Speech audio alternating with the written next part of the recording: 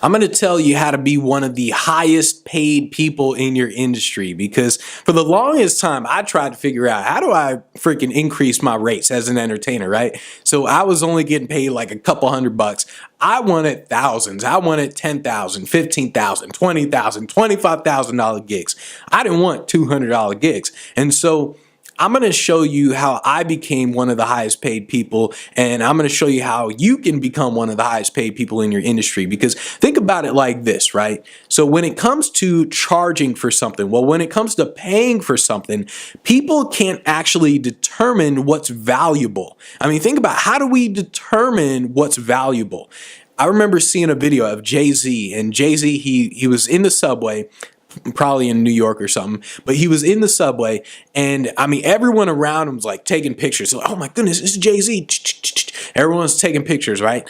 And so he goes into the subway, and there's this older lady there, and she clearly has no idea who Jay-Z is. And Jay-Z sits next to her, and she's like, "You must be pretty famous, huh?" And then he's like, "Yeah, kinda." And then she's like, "What do you do?" And he says, "I'm a musician." And she's like, "Oh, like, I mean, what kind of musician? Like, what do you play?"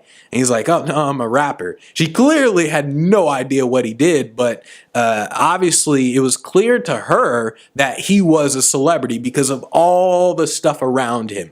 And that's what it comes down to. That's how you become one of the highest paid people in the industry, based on what's around you.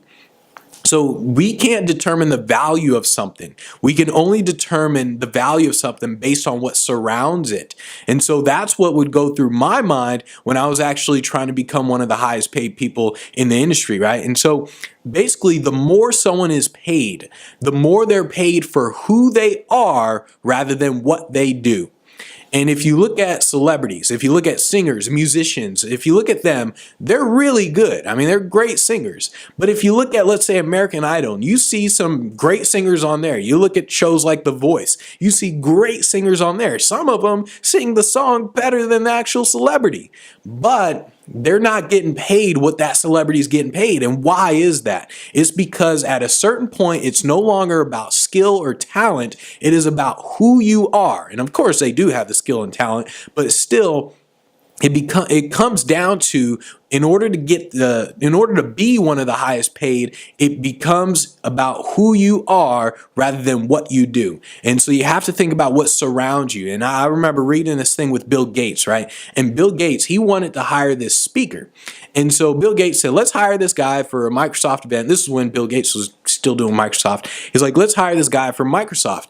And the speaker said no. He's like, "Oh, no, sorry." And I think it was like the Sabbath or something like that for the speaker, right? Because he was Jewish. And so he said, like, "No, I'm not going to do it. It's on the Sabbath." And so they came back to him and said, "Look, we'll pay you double."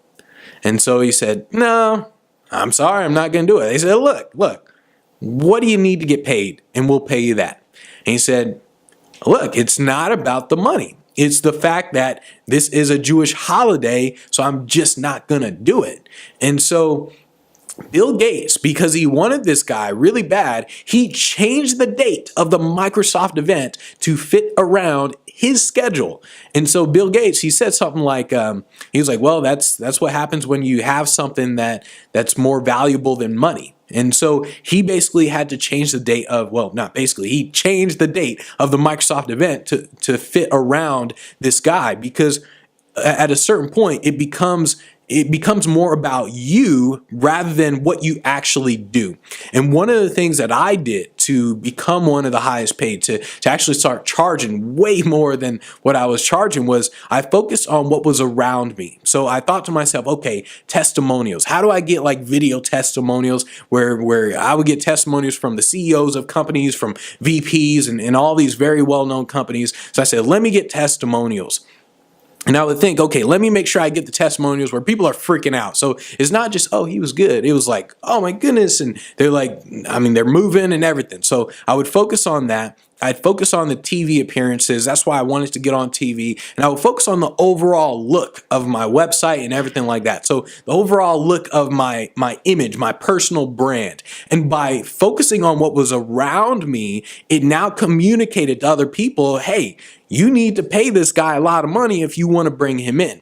My show was the exact same. When I was charging a couple $100, I was pissed off because I was sitting there like, man, I got a good show and I can only charge a couple $100. And I was pissed off because I couldn't get more. And it wasn't until I started changing what's around me where people started saying like, oh, wow, this guy, he's been on TV. Oh my goodness, he's got the VP of a Fortune 500 company talking about him. Oh my goodness, he's got this.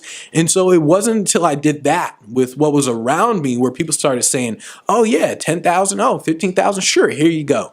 And that's what I focused on. And so to become one of the highest paid people in your industry, you focus on what's around you and you think about being in demand. That was the whole thing that I thought about is how do I create an in-demand presence? How do I make it look like I'm in demand? That way I can actually become in demand. And that's how you become one of the highest paid people in your industry.